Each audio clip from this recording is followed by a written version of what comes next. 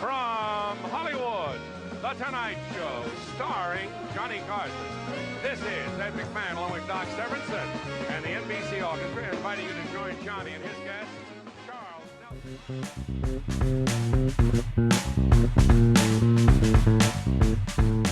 Welcome to Daily Variety, your daily dose of news and analysis for entertainment industry insiders. It's Thursday, October 23rd, 2025. I'm your host, Cynthia Littleton. I am co-editor-in-chief of Variety, alongside Ramin Satuda. I'm in LA, he's in New York, and Variety has reporters around the world covering the business of entertainment. In today's episode, we'll depart from our usual format of business news and analysis for an extra special Centennial salute to Johnny Carson. Johnny Carson was born on this day, October 23rd, 100 years ago, in Corning, Iowa. He died a little over 20 years ago in retirement in Los Angeles. In his 69 years in between, Johnny Carson became an icon of television and a symbol of post-war American cool. Carson's legend and his influence still looms large over late-night TV, even in its sadly diminished state. About 10 years ago, the Antenna TV channel ran full episodes of 1970s and 80s era Tonight Show episodes. Every one of them was a time capsule, and every one of them showed why Johnny Carson was the master of let me tell you a story type of TV. Carson's legacy is defined by his 30-year run on The Tonight Show. It stretched from 1962 to 1992, from the days of Camelot and JFK to the end of the Cold War and the rise of Bill Clinton. But Carson's TV career didn't begin with The Tonight Show. To mark his centennial, we dove deep into the Variety archives to trace the early TV shows and MC gigs that led him to his storied tenure at NBC. Variety's pages are chock full of Carson coverage of the day-by-day march of his career, starting with his first appearance in Variety on October 20th, 1952. And it's a doozy. At the time, Carson was in Los Angeles, hosting a live local comedy variety show for what is now KCBS TV Channel 2. It was called Carson's Cellar. Here's a sample of the show. KNXT, with its eyes wide open, cautiously present Carson's Cellar.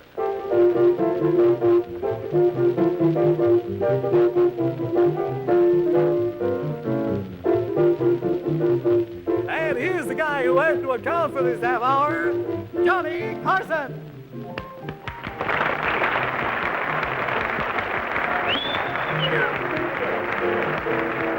Thank you very much, everybody.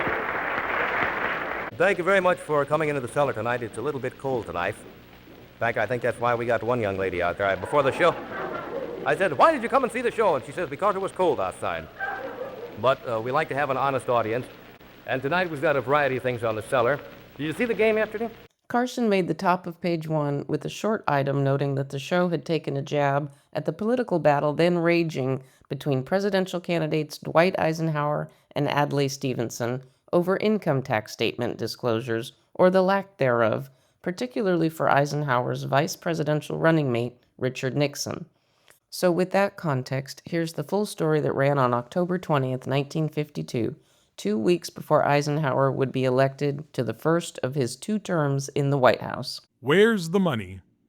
The political campaign is providing new fodder for TV comedians. MC Johnny Carson Saturday night on Carson's Cellar over KNXT opened up by revealing income taxes of the troupe, which includes the New Yorkers, and wound up challenging all other performers in LA to do the same. Carson noted that for the first year listed, 1945, the $114 income for the troupe was from the state unemployment office. After that splashy first item, Carson's mentions in Variety picked up steam. By early 1953, he was noted in our pages several times a month. By the following year, and for the next 4 decades, not a week went by without at least one reference, usually many more, because Carson worked nonstop. He hosted Carson's Cellar in LA. He worked as a writer on The Red Skelton Show. He did nightclubs and personal appearances and telethons and charity gigs, just like every other rising comedian of the day. Throughout the 1950s, Carson hosted a number of local and network series for CBS, including Platter Panel and Earn Your Vacation. The latter was a quiz show in which contestants told Carson their personal reasons for wanting to travel to a certain place. Carson then asked them trivia questions related to the location, and if they got enough of them right, they won the trip. By the late 1950s, Carson had a steady gig hosting the ABC daytime game show Who Do You Trust?, which involved competitions between married couples. He was also an affable regular on the talk show circuit. Throughout his life, Carson was known for his efforts to keep a low profile off camera. He didn't court the spotlight for his personal life, even though he did make headlines at times for his many marriages and the tragic loss of his 39-year-old son Rick in a car crash in 1991. In light of this, a story we found in the August 30th, 1961 edition of Variety is all the more remarkable. It features coverage of remarks that Carson made during a trip to London to make an appearance on a British talk show hosted by American singer Paul Anka. Carson let loose on his opinion on the state of the American TV industry and the state of the comedy talent pipeline. He couldn't have been more wrong in his assessments of the industry. And fun fact, Paul Anka would go on to co-write with Carson the distinctive da-da-da-da-da Tonight Show theme that you heard at the top of this episode. Here's the entire story. Johnny Carson responds US TV. After 5 years, you're in trouble. Dateline, London, August 29th.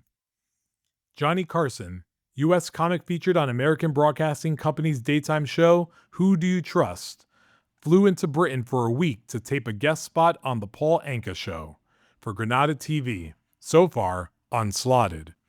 And he aired his observations on US TV and its limitations. Carson says that while American TV exists primarily to sell products, no great new paths in entertainment are going to be trod. Indeed, many of TV's best writers have given up the medium because the sponsorship system inhibits them.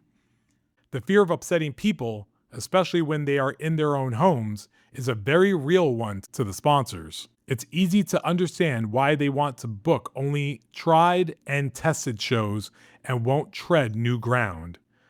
And, says Carson, there are no training grounds left. And in a few years, when today's top liners, i.e. Jack Benny, Bob Hope, Perry Como, are no longer around, who's going to replace them? All the big names in TV today had training grounds in other fields of showbiz, and it was easy for them to move into TV. But where can a newcomer find a place to be bad in? Longevity in TV is around 5 years, opines Carson, who has had just that long under contract to ABC and intends to seek an extension in September. After that, you're on the way out. No writer or artist is prolific enough to keep an act. Fresh for much more than that, says Carson. Reason Carson has been busy for the past 5 years and now looks to be in the running for a late night spot with ABC2 is because he works live and interviews people, he opines. Last year, he reached an average daytime audience of 5.5 million, which he says contents his web. Carson wasn't the first to host The Tonight Show for NBC. Steve Allen got there first in 1954, and then he was succeeded by Jack Paar. When NBC and Jack Paar parted ways in 1961, Carson was perfectly situated to be a top contender for the plum gig.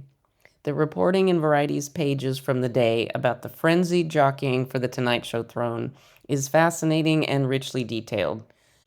Change the names and the dynamic today is so much the same. The stories could have been written yesterday. Here's a key paragraph from a lengthy story that ran on November 22nd, 1961, with the headline, Who Gets NBC Late Night Slot? NBC at this point isn't venturing any guesses as to who the possible successor will be, although it's known a variety of names have been tentatively tossed into the hopper.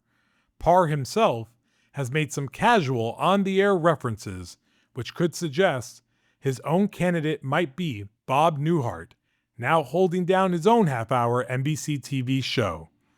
The possibility of Steve Allen returning to the late slot, which he occupied not long before Parr came, has been raised.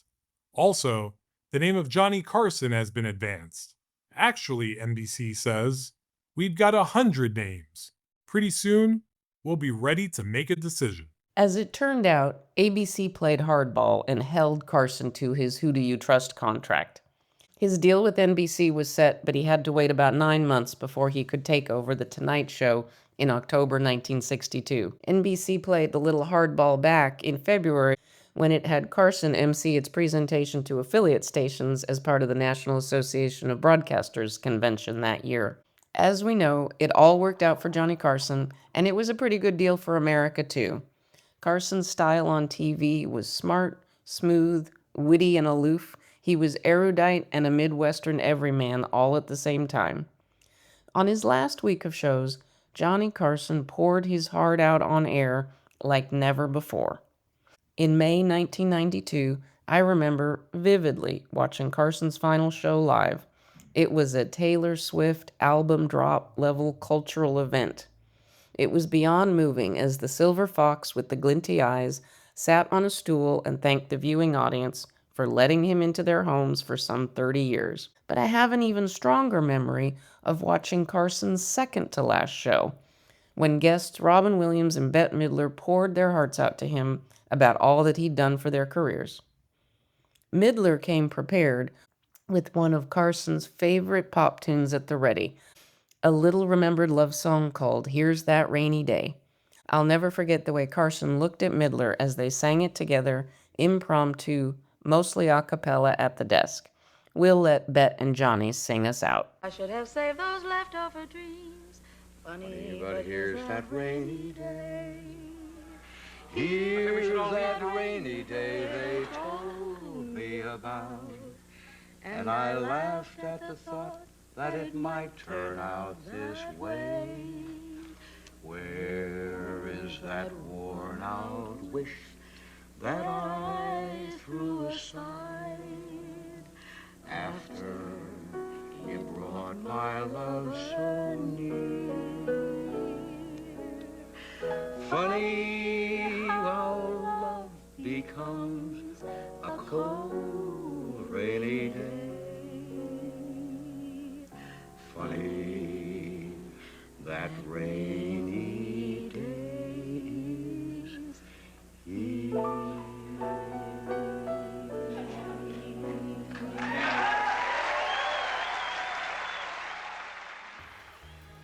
Thanks for listening.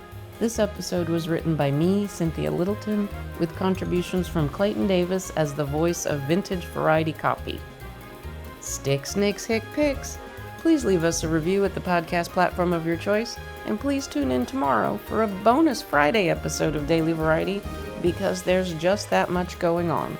In the meantime, the Beach Boys will sing us out with their great Johnny Carson tribute song from 1977. He sits behind his microphone. Johnny Carson. He speaks in such a manly tone.